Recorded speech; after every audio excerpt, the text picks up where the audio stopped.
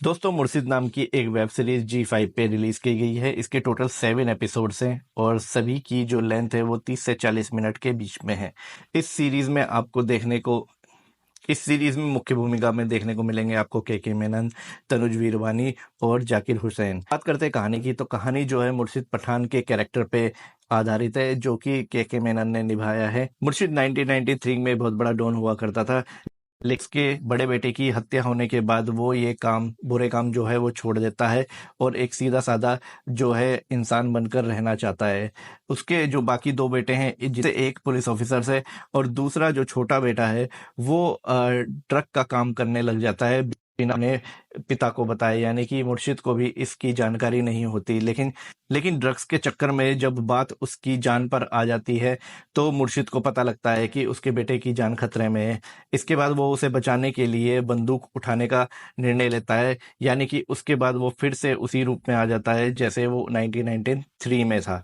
तो बाकी कैरेक्टर भी फिर इन्वॉल्व होते हैं जो उस टाइम में मौजूद होते हैं, जैसे जाकिर हुसैन का कैरेक्टर है फरीद नाम का, तो वो भी इन्वॉल्व हो जाते हैं इस वॉर में।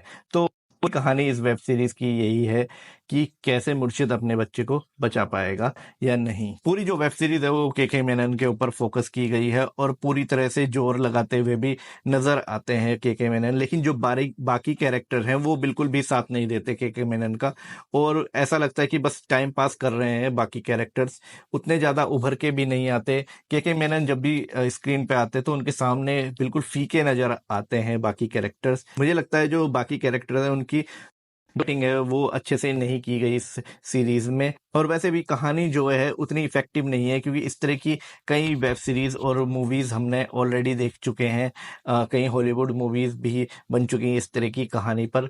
साथ में एक्शन भी उतना ज़्यादा आपको नहीं देखने मिलेगा जैसा कि आपने कई फिल्मों में देखा होगा जिनमें गैंग्स के ऊपर बेस्ड है या फिर अंडरवर्ल्ड के ऊपर जो बेस्ड होती हैं, उनमें जो लड़ाई मारधाड़ होती है वो चीज़ें इस सीरीज में तो आपको देखने को नहीं मिलेगा। साथ में कहीं कहीं फील होता है कि ये सच में एक गैंगस्टर के ऊपर बनाई गई है, क्योंकि उस तरह की फीलिंग ही नहीं है आ पाती इस सीरीज से।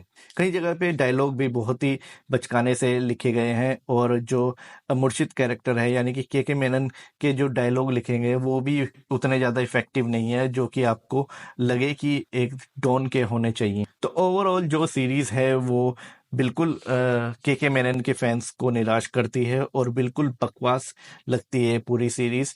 तो मैं चाहता हूं कि आप इस पे ज़्यादा अपना टाइम वेस्ट ना करें। तो इस सीरीज को मैं रेट करूंगा 10 में से 5 स्टार।